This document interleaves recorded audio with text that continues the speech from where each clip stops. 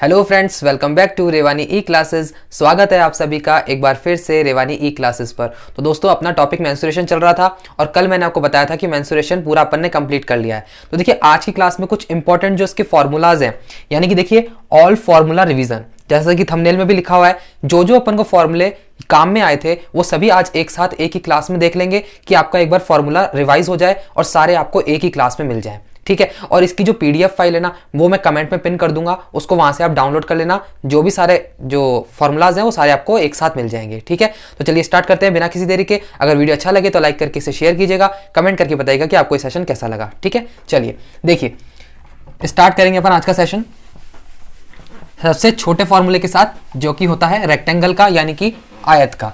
देखिए क्या होता है, मैं देखिए एक एक करके आकृति लूंगा। जैसे कि मान लिया मैंने आयत ले लिया, तो आयत के जितने फॉर्मूले बनते हैं ना, वो मैं यहां पे आपको करवा दूंगा। जैसे कि क्षेत्रफल होता है, क्षेत्रफल क्या होगा सबको पता है, लंबाई इंटू चौड़ाई होगा, या मैं कहूं कि L इंटू बी होगा। ठीक है, फिर आता है परिमाप। परिमाप क्या होगा, 2 इंटू लंबाई प्लस चौड़ाई होगा। ठीक है, उसके बाद आता है विकर्ण। आयत में ये तीन चीजें काम आती है, और विकर्ण का आपको याद रखना है कि रूट लंबाई का स्क्वायर प्लस चौड़ाई का स्क्वायर। ठीक है, आयत क्लियर हो गया, बिल्कुल छोटे से में क्लियर होगा। आयत में ये तीन फॉर्मूला काम आते हैं, और इसी से एक एलिमेंट्री जो क्वेश्चन होता है वो आराम से हल हो जाता है। ठीक है, चलिए देखिए अब इसके बाद ले लेते हैं वर्ग। जितनी भी आकृतियां होती है, जितने भी फॉर्मूले यूज होते हैं, सारे एक साथ देख लेंगे। अभी एंड तक देखिएगा, काफी अच्छी क्लास है। और अगर आपको फॉर्मूले आते हैं तो आप भले मत देखिए क्लास। ठीक है, देखिए वर्ग, लेकिन रिवाइज करना चाहते हैं तो कर सकते हैं। वर्ग यानी कि होता है स्क्वायर। अब स्क्वायर का क्षेत्रफल क्या होता है, सभी को पता होगा। अगर मैं वर्ग की भुजा ए लेता हूं तो इसका क्षेत्रफल होता है ए स्क्वायर। ठीक है, परिमाप आता है, यानी कि पेरीमीटर। अब पेरीमीटर क्या होता है, 4 इंटू ए होता है। ठीक है, ये ए है, ठीक है ना, ए। और इसमें भी विकर्ण होता है, डायगोनल निकालते हैं अपन। अब उस डायगोनल का फॉर्मूला क्या होता है, ए रूट 2 होता है। और ये सब मैंने बताया हुआ है कि कैसे आया था। ठीक है ना, इसके बाद नई आकृति ले लेते हैं, त्रिभुज। त्रिभुज में भी ये तीन चीजें होती है, लेकिन त्रिभुज में क्या होता है कि त्रिभुज के अलग अलग टाइप्स होते हैं। उन तीनों प्रकार के टाइप्स जो भी होते हैं अलग अलग, उनके सबके फॉर्मूले अलग अलग होते हैं। देखिए जैसे मैं यहां पे लिख देता हूं ट्राइंगल, यानी कि त्रिभुज।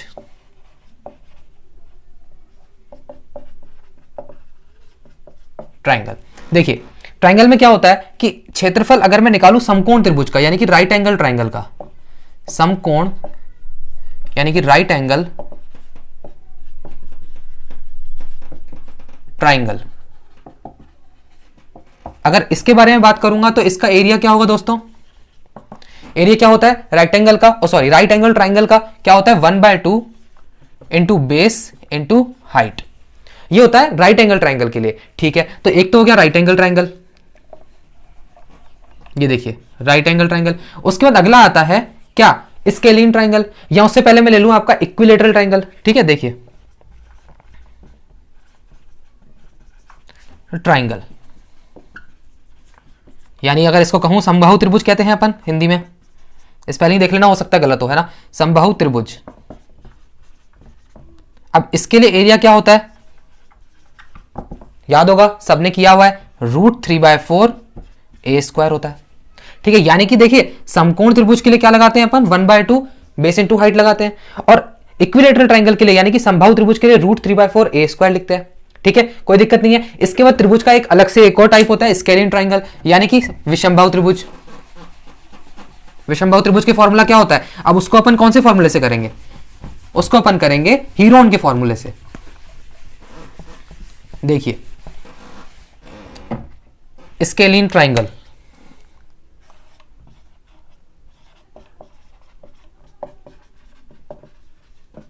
यानी कि विषमबाहु त्रिभुज।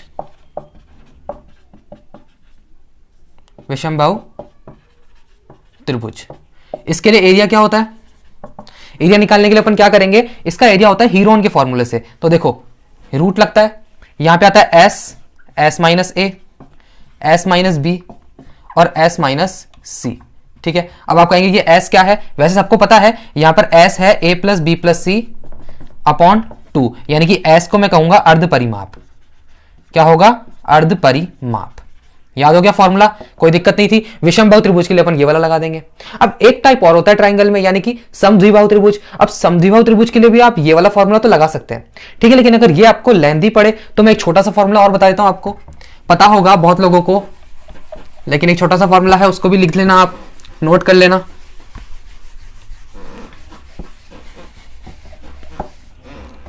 देखिए समद्विबाहु त्रिभुज, समद्विबाहु त्रिभुज यानी जिसकी दो भुजाएं बराबर होती है और एक असमान होती है, ठीक है। इसको इंग्लिश में क्या बोलते हैं? आइसोसेलेस बोलते हैं, ट्राइंगल। आइसोसेलेस ट्राइंगल क्या होता है? देखो ये ट्राइंगल है, अगर इसमें ये वाली भुजा बराबर है और ये अलग है, यानी कि अगर मैं इसको ए मान लूं, इसको ए मान लूं और इसको बी मान लूं, तो ये एक आइसोसेलेस ट्राइंगल है, ठीक है। तो इसके लिए एरिया क्या होता है दोस्तों? इसके लिए एरिया होता है b/4 √4a² माइनस b²। यहां पर a क्या है? समान भुजा, और b क्या है? असमान भुजा। क्लियर है मेरे दोस्तों को कि यहां पर आइसोसेलेस ट्राइंगल के लिए अलग से एक फॉर्मूला बनाया गया है, b/4 √4a² माइनस b², जहां पर a तो है समान भुजा यानी कि ये वाली, और b क्या है? असमान भुजा। लेकिन अगर मान लो आपको ये याद नहीं रहता है तो हीरो का फॉर्मूला तो आपको याद रहेगा, क्योंकि आप सभी भी हीरो हो, आप सभी हीरो हो, तो हीरो का फॉर्मूला तो आपको याद रखना ही पड़ेगा। कौन सा वाला? √s, s - a, s - b, s - c, ठीक है। यहां तक का मामला एकदम क्लियर है, कोई दिक्कत नहीं है। चलिए अपना ट्राइंगल वाला जो खत्म हो गया ट्राइंगल, ठीक है। उसके बाद देखिए अब क्या आता है, यानी मैं देख पा रहा हूं कि 2D के जो फॉर्मूले हैं वो पूरे हो चुके हैं, है ना। अब आता है 3D। 3D में कौन सी आकृतियां होती है, कौन से शेप होते हैं 3D में? 3D में होता है गोला, घन, घनाभ, यानी कि क्यूब, क्यूबॉइड, सिलेंडर, कोन, इस तरह की जो शेप होती है वो क्या होती है? 3D शेप होती है। देखिए सबसे पहले अपन ले लेते हैं क्या, घन ले लें, क्यूब, CUBE, क्यूब यानी कि घन। अब घन के अंदर क्या क्या होता है? सरफेस एरिया होता है, वॉल्यूम होता है और उसका डायगोनल होता है, सेम जैसे स्क्वायर में होता है। और मैंने आपको यह भी बताया हुआ है कि एक स्क्वायर अगर 3D में देखा जाए, एक स्क्वायर अगर 3D में देखा जाए तो वो क्या हो जाएगा? क्यूब हो जाएगा। और एक रेक्टेंगल 3D में देखा जाए तो वो क्यूबॉइड हो जाएगा, ठीक है ना भाई। यहां तक तो क्लियर है, ठीक है। देखिए एरिया क्या होगा? एरिया क्या होगा? 6a²। यदि a अगर घन की एक भुजा है तो 6a² क्या हो जाएगा? एरिया हो जाएगा, ठीक है। उसके बाद क्या आता है इसके अंदर? वॉल्यूम आता है, वॉल्यूम आता है a³, ठीक है। एक चीज और आती है डायगोनल। डायगोनल यानी विकर्ण। विकर्ण क्या होगा? विकर्ण देखिए क्या होगा? a√3। अब आप याद कीजिए स्क्वायर में क्या था, यानी कि वर्ग के अंदर विकर्ण क्या था? a√2 था, a√2 था, इसमें a√3 है, आसानी से याद हो जाएगा। तो यहां पर आपकी घन की कहानी भी खत्म हो गई, क्यूब की स्टोरी भी फिनिश। अब आता है क्यूबॉइड। चलिए क्यूबॉइड को देख लेते हैं।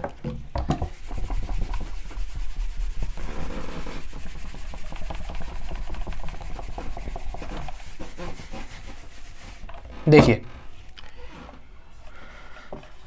क्यूबॉइड यानी कि घनाभ। क्या है? घनाभ है। अब घनाभ मैंने आपको बताया एक रेक्टेंगल अगर आपका 3D में देखा जाएगा तो वो क्या कहलाएगा? क्यूबॉइड कहलाएगा, ठीक है। तो देखिए इसके अंदर ही वही चीजें होती है, एक तो होता है एरिया होता है। अब एरिया क्या होता है? 2 इंटू लंबाई इंटू चौड़ाई प्लस चौड़ाई इंटू ऊंचाई प्लस ऊंचाई इंटू लंबाई, खत्म, एरिया खत्म। इसके बाद आता है वॉल्यूम। वॉल्यूम क्या होता है? L into B into H, ठीक है, आसान। उसके बाद आता है क्या? वही इसमें भी वही डायगोनल आएगा, डायगोनल यानी विकर्ण। अब विकर्ण क्या था? देखो मैंने आपको बताया कि एक रेक्टेंगल अगर 3D में देखा जाता है तो वो क्या कहलाता है? क्यूबॉइड कहलाता है, ठीक है। तो अब मैंने आपको रेक्टेंगल में विकर्ण निकालना सिखाया था, क्या था? रूट लंबाई स्क्वायर प्लस चौड़ाई स्क्वायर, यही था ना। देखो यहां लिख देता हूं, L² प्लस B², था कि नहीं? था ना। तो अब अगर ये 3D में देखा जा रहा है तो इसके अंदर 3 विमाएं हैं, इसकी 3 डायमेंशंस है, तो एक तो L हो गई, एक B हो गया और एक H हो गया, यानी कि रूट ही लूंगा मैं इसका L² plus B² plus H²। और अगर मेरे आपने मेंसुरेशन के सारे जो क्लासेस है वो देख ली थी तो आपको सबको पता होगा कि ये सब यूज आया था कि नहीं आया था, हर एक क्वेश्चन में यूज आया था ना। जब भी अपन ने देखा इसमें विकर्ण का यू फॉर्मूला था, घन के विकर्ण के लिए a√3 था। जो भी लिखवा रहा हूं सारे फॉर्मूले बहुत ही इंपॉर्टेंट है, इसको आप याद कर लीजिएगा। आने वाले एग्जाम में कभी भी कोई क्वेश्चन बनेगा तो आप आराम से कर पाएंगे, ठीक है। चलिए देखिए क्यूबॉइड हो गया। अब आ गया आपका क्या? स्फीयर ले लें या फिर पहले सिलेंडर ले लें?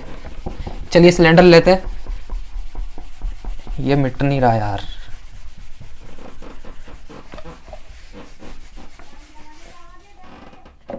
देखो अब आता है अगला, क्या मैंने क्या बोला, सिलेंडर ले ले, ठीक है, यानी कि हिंदी में क्या बोलते हैं इसको, बेलन, ठीक है, बेलन। अब बेलन में क्या क्या होगा, वही होगा। देखो इसके अंदर अब तीन चीजें आएगी, एक तो कर्व सरफेस एरिया, एक आएगा आपका टोटल सरफेस एरिया, और एक आएगा आपका वॉल्यूम, ठीक है। तो देखिए सबसे पहले मैं ले लेता हूं कर्व सरफेस एरिया, फिर ले लूंगा टोटल सरफेस एरिया, फिर ले लूंगा मैं वॉल्यूम। क्लियर है, कोई दिक्कत नहीं है। इसकी शेप भी बना के दिखा देता हूं। बेलन क्या होता है, वैसे बेलन सबने खाया होगा अपनी मम्मी का, बेलन से मारती है ना मम्मी, वही बेलन है ना, है ना। तो देखिए बेलन ये होता है, इसके अंदर क्या होता है, एक तो यहां से लेकर यहां तक तो इसकी रेडियस होती है, ये इसकी ऊंचाई होती है, ठीक है। तो देखो इसके अंदर क्या होगा, ये surface area, curve surface area, curve surface area होगा 2 पाई आर इंटू एच, ठीक है। टोटल सरफेस एरिया क्या होगा, देखो टोटल सरफेस एरिया का मतलब होता है वक्र पृष्ठ का क्षेत्रफल प्लस इसके जो वो थी ना पाई आर स्क्वायर, जो अपन ने छोड़ रखा था, तो उसको जोड़ देंगे, यानी कि देखो 2 pi r h plus pi r square, यानी जो एक अपन ने साइड छोड़ दी थी वो भी अब टोटल में तो इंक्लूड होगी ना। तो देखो फिर क्या हो गया, 2 pi r bracket h plus r, ठीक है। ये हो गया टोटल सरफेस एरिया का फॉर्मूला। इसके अंदर ये क्या होता है, volume pi r square h, ठीक है। बेलन की कहानी भी खत्म हो गई। क्या बेलन समझ में आ गया कि बेलन में तीन सूत्र काम आते हैं, एक तो कर्व सरफेस एरिया यानी कि वक्र पृष्ठ का क्षेत्रफल, टोटल सरफेस एरिया यानी कि संपूर्ण पृष्ठीय क्षेत्रफल, वॉल्यूम यानी कि आयतन, ठीक है, कोई दिक्कत नहीं है। अब ले लेते हैं अपन क्या, शंकु यानी कि कोन।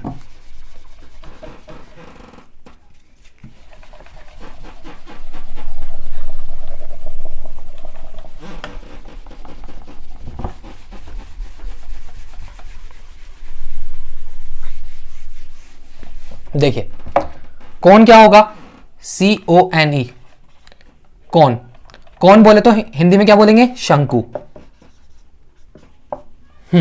शंकु क्या होता है, देखो मैंने आपको बताया हुआ है, एक जोकर की टोपी जो होती है ना वही शंकु होती है, ठीक है। इसके अंदर भी क्या क्या होता है, एक रेडियस होती है, एक यहां से लेकर यहां तक इसकी हाइट होती है, और ये इसकी सिलेंट हाइट होती है, यानी कि तिलक ऊंचाई होती है, ठीक है। चलिए तो देखिए सबसे पहले इसमें भी वही curve surface area, total surface area और वॉल्यूम, ठीक है। तो देखो कर्व सरफेस एरिया क्या होगा, pi r l, total surface area होगा पाई आर ब्रैकेट में एल प्लस आर, वॉल्यूम क्या होगा, वॉल्यूम क्या होगा भाई, वॉल्यूम होगा 1/3 पाई आर स्क्वायर एच, ठीक है। अब आप कहेंगे यहाँ पे एल क्या है, एल तो ये रही, मैंने बता दिया तिरक ऊंचाई, लेकिन एल निकलेगी कैसे, देखिए एल का फॉर्मूला क्या होगा, R square plus H square. कैसे, क्योंकि इधर यहाँ पे क्या बनता है, एक 90 डिग्री का एंगल बनता है, जिससे पाइथागोरस लगा सकते हैं अपन, ठीक है। और मैं क्या कह रहा हूं, आपको एग्जाम में पाइथागोरस लगाने की जरूरत नहीं पड़ती। क्यों नहीं पड़ती, क्योंकि एग्जाम में ऐसा डेटा दिया जाता है जिससे ट्रिपलेट बन जाता है, और ट्रिपलेट मैंने आपको याद करवाए हुए हैं, ठीक है ना। चलिए देखिए इसकी कहानी खत्म हो गई कौन की। अब ले लेते हैं स्फेयर। चलिए स्फेयर पे आ जाइए, यानी कि गोला। अब देखते हैं गोला क्या कह रहा है।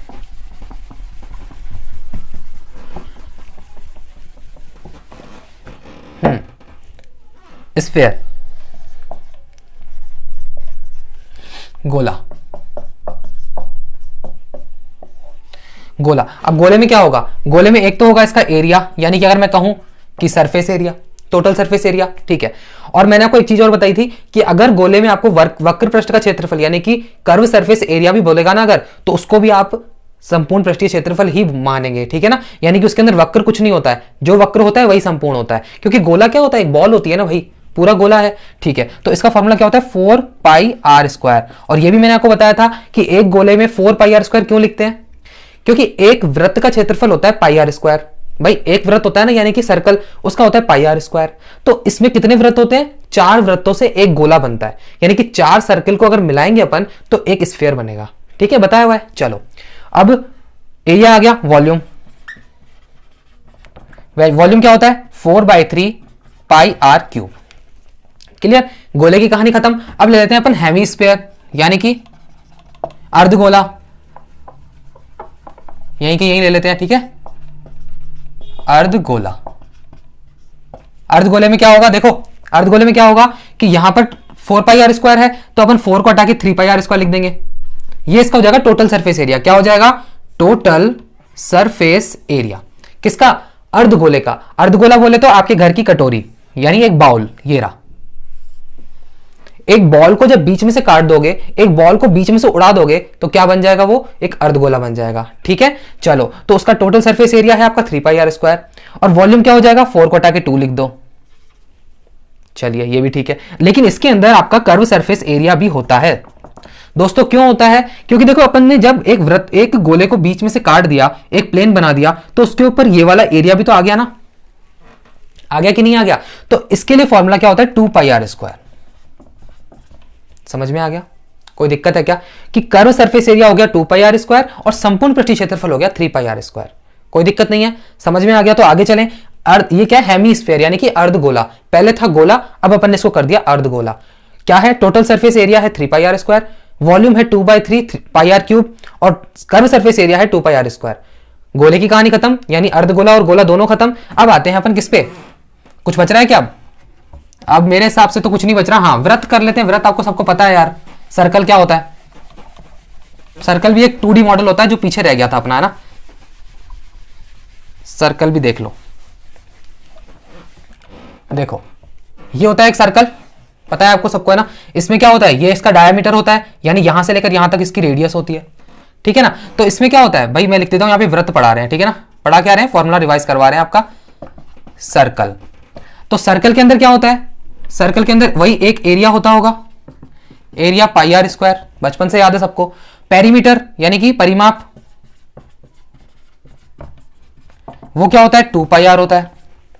बस, और कुछ थोड़ी होता है। बस, और यहां पे आपको ये बता देता हूं कि डायमीटर जो होता है वो 2r होता है, यानी अगर कहूं कि r जो होता है आपकी डायमीटर की आधी होती है। ठीक है, ये तो सबको पता है यार, बहुत नॉर्मल चीज है, कोई दिक्कत नहीं है। ठीक है, चलिए, अब देखिए, वृत्त के अंदर भी एक त्रिज्य खंड कट जाता है, सेक्टर बना देते हैं उसको, है ना, खंड का। तो उसका फॉर्मूला क्या होता है? उसको एक अलग पेज में ले लेते हैं, उसके बाद आपका सब कुछ खत्म हो गया। सारे फॉर्मूलाज जो काम आते हैं ना, इंपॉर्टेंट जो भी सारे काम आते हैं, वो मैंने आपको अभी करवा दिए हैं रिवीजन के तौर पर। बाकी सब मैंने क्वेश्चन के साथ साथ तो बताया ही था आपको कि कैसे क्या काम आता है। ठीक है, चलो, क्या बता रहा था मैं? हाँ, त्रिज्य खंड, ये भी मैंने बताया हुआ है आपको क्लास में। त्रिज्य खंड का क्षेत्रफल बराबर क्या बताया था? Pi r square theta upon 360 degree. चलिए, खत्म। यही थे आपके आज के फॉर्मूले। एक बार मैं चेक कर लेता हूं कुछ रहा तो नहीं है ना, बाकी नहीं तो कुछ रह जाएगा तो गलत हो जाएगा। आयत, वर्ग, त्रिभुज, घन, घनाभ, बेलन, शंकु, गोला, अर्धगोला, त्रिज्यखंड, समबाहु त्रिभुज, बिल्कुल त्रिज्यखंड सारा बता दिया। ठीक है, तो देखिए, ये थे आपके सारे फॉर्मूला जो भी आपको यूज आते थे ना, कितने, जिसमें भी कोई भी क्वेश्चन आएगा ना आपके, इन फॉर्मूलाज को याद कर लीजिएगा, आपका क्वेश्चन बन जाएगा।